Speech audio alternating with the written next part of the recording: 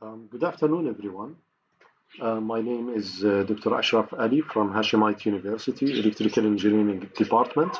I'm so happy and glad to present my paper related to anomaly-based intrusion detection system via customized CUSUM algorithm for industrial communication systems.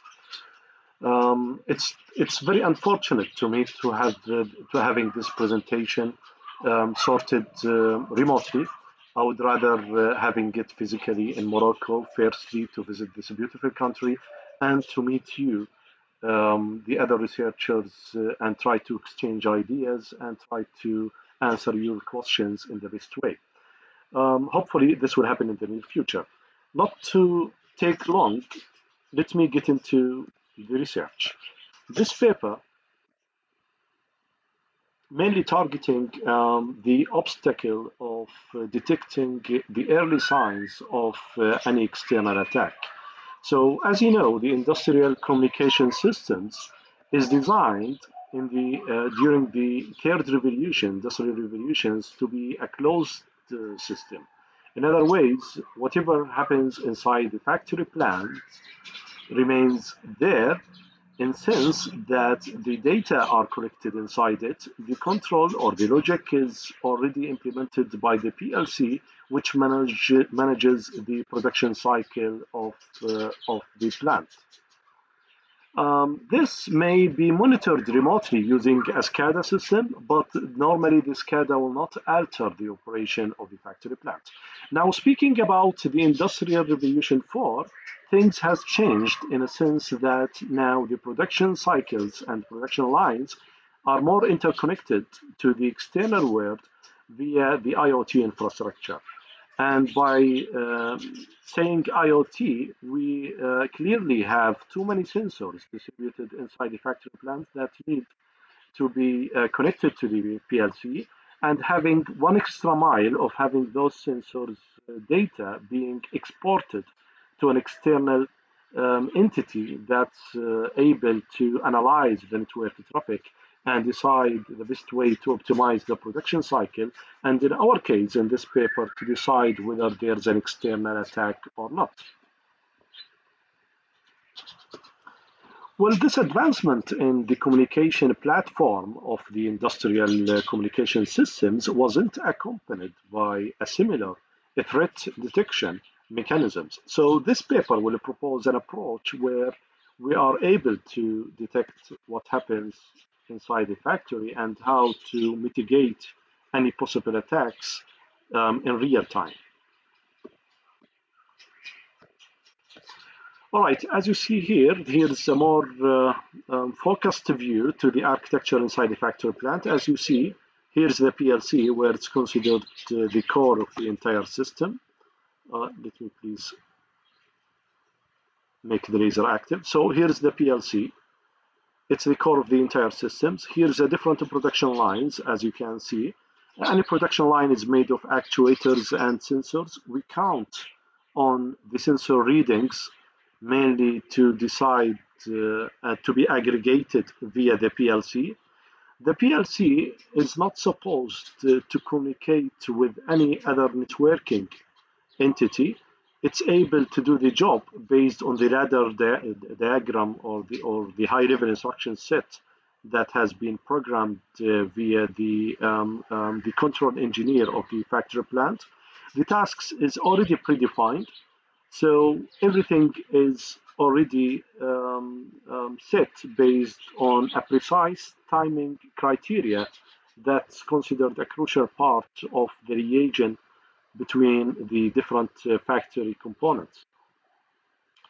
So what we need to do now is to have the entire system connected to a cloud service able to detect the attacks, the threats or the cybersecurity threats initiated from outside or from inside the factory plant.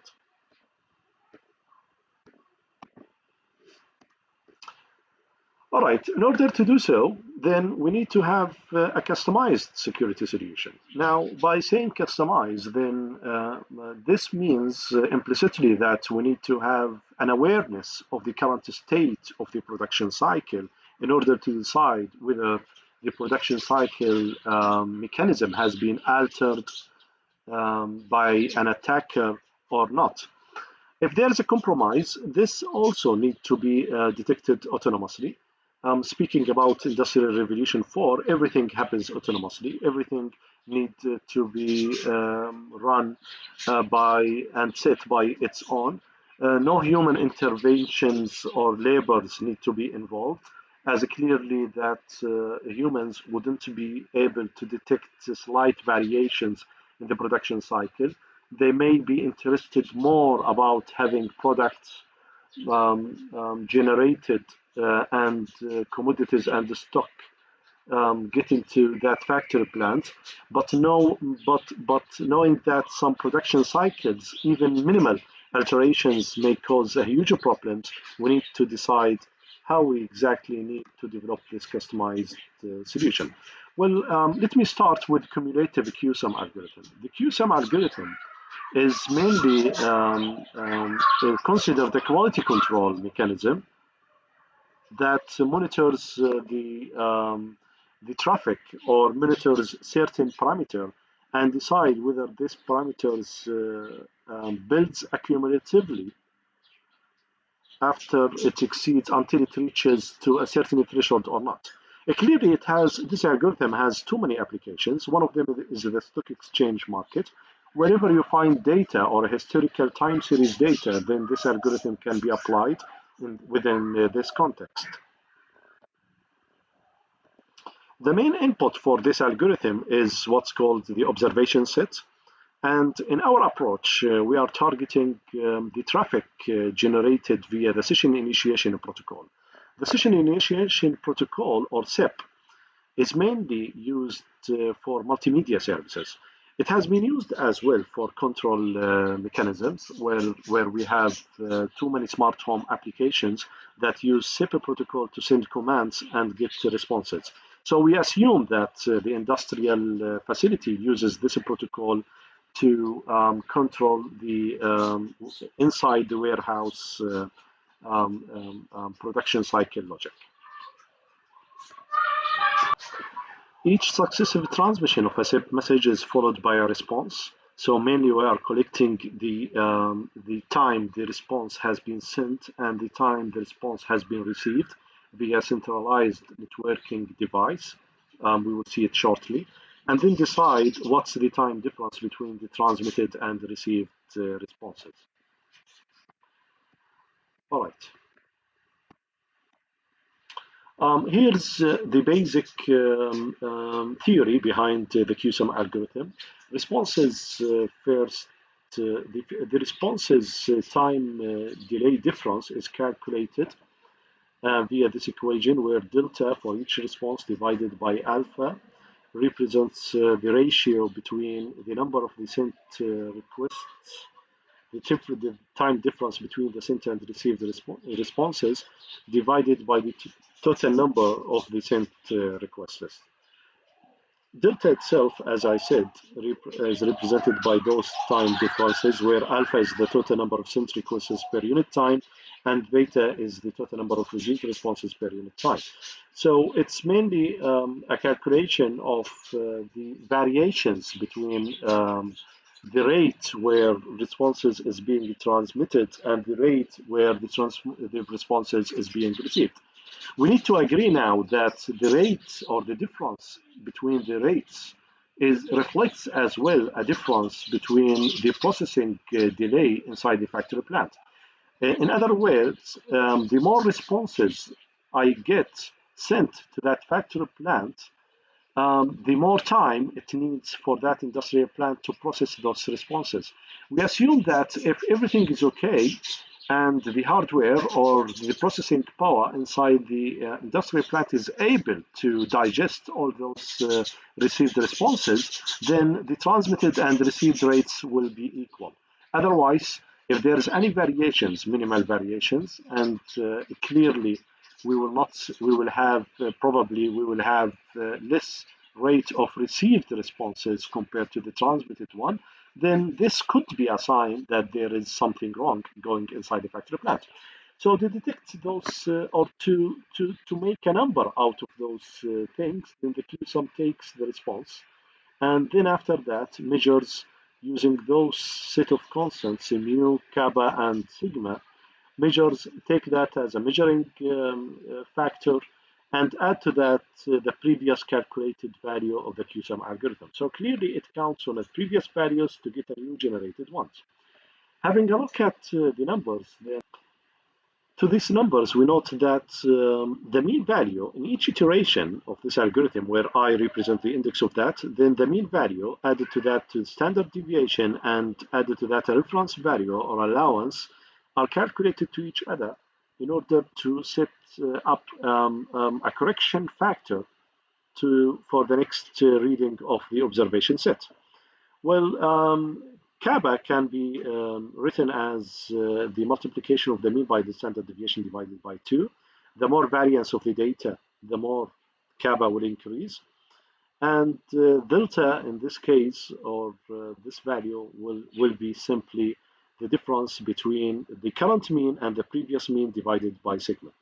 So the more variance for each set will increase the value of the mu, and therefore the difference will increase. The absolute value of that value will be taken, and the delta, small delta, will be taken into account. This will increase as well. Multiplying this with sigma and dividing into will increase kappa.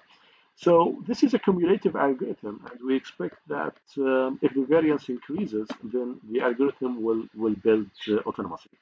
If we take the maximum value between 0 and this set value, this is another representation of the same CUSUM algorithm. So comparing between 0 or that, 0 means that there's no change in the consecutive right values. And this means that if there's any minimal change, then it will be picked by the algorithm. So this is a single-sided algorithm where the output will be either a 0 or a positive value. Now, we will reach to a level using this algorithm where maybe we will exceed the threshold, and this threshold will be decided by the control mechanism, and then we will tell whether there's an attack or not. There's a unique requirement for industrial communications systems, and in literature there's 4 different approaches followed. Either to detect intrusions using telemetry access by checking the telemetry data, or to detect the intrusions using the physical layer activity. This has to do with the signaling of the different wireless or wire devices. Or we can do the intrusion based on the unsupervised features extracting algorithms and apply a supervised or unsupervised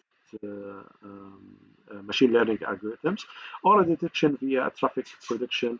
And what's our objectives is to have a layer in between the physical and MAC or the network access layer to simplify the approach, rather not to use those complex methods, and to have an efficient algorithm at the same time. So our proposed framework is demonstrated in this figure, where we have an intrusion detection system, the PLC and the interior control mechanism is already represented here.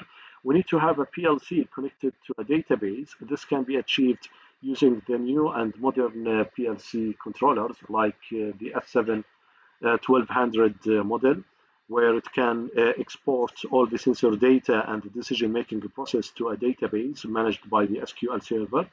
And this database can then be easily connected to a network interface to an intrusion detection system that's able to monitor the incoming SIP traffic and able as well to collect the traffic from the industrial plant and then decide whether there's an attack or not.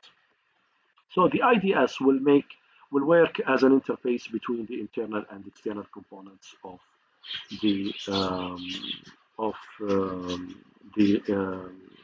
industrial facility. I would rather not to explain this one. I will not explain the algorithm, but rather than that, I will explain to you the logic behind it. So firstly, once the industry plant starts with the first iteration, it will get the PLC output signaling data, extract features out of it, and then after that, it will map between the features and the measure statistical values of the industrial plant itself. And by measured statistical values here, we mean whatever the PLC is designed to do. So for example, if it's a production line with 5 proximity sensors, then it will map between the features extracted from the logic and those sensors and decide whether everything works as it should be or not. Then after that, it will export those measures into a database. The database will decide what's considered normal or abnormal via an adaptive threshold set according to the collected data from that track. And in parallel, there's a set of observations. So here's the operation of the IDS. So this is the track dedicated by the Intrusion Detection Systems. Collect the observations, apply the CUSUM logic as we said before, and compare the output against the adaptive limits. The difference between the CUSUM logic here applied and the conventional one, that we have an adaptive threshold in which that we get that threshold compared with the output of the CUSUM algorithm, and then we decide whether those matches, those thresholds, and the one that followed by the CUSUM matches, and then we decide if yes, then we will trigger an alarm. If not, then we will get a new sample set and repeat the cycle accordingly. Um, Clearly, there's a margin of error in the decision mechanisms, and we need to reduce the sensitivity of the systems. And this can be mainly done by a precise definition of the data that need to be measured and the features that need to be extracted. So here's the experimental test bed of our system, where we applied a PHP SQL server connected to simply a computer. And we have a defined load generator that's able to generate thousands of SIP messages that reflects too many users. Those data will be sent to a centralized server that emulates the behavior of the PLC. The server also connected to different service domain devices that represent the different production lines. And then all the data will be stored inside a database. The database will be represented with a simple MATLAB server able to get this traffic and analyze it and apply the CUSUM logic. Everything will be reflected to a PHP SQL server in order to be monitored by external controller. So this test bed has been implemented, and we got our generated data and observations collected as you see in this figure. Then after that, we applied the conventional CUSUM algorithm with fixed threshold where it has detected the anomalies in the late stage here, as you can see. Then we applied our approach by having a more adaptive one, and we got the anomalies detected wherever the blue line exceeds the red line. So an anomaly detected here and another one there, a third one here and a fourth one there, which means that there has been an early signs, or it has proven that whenever an anomaly occurred, the algorithm successfully detected that one. So here's our approach, and here's the research. I'm glad that you had the time to listen to it. My email is in the first slide, and I'm so happy to answer your questions and to have a further discussions, hopefully with others who are interested in the same topic. Thank you very much, and hopefully to see you in the future. Bye-bye.